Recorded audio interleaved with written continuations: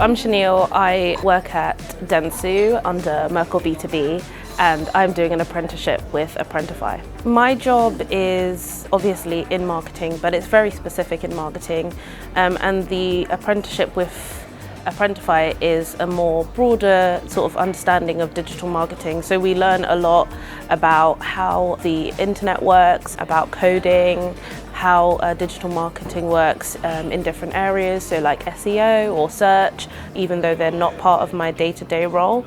And this has been helpful because, for example, with SEO, it's about learning about keywords and trying to expand on keywords to get your right target audience. And in my role, I build audiences from keywords, so that's actually been really helpful for me.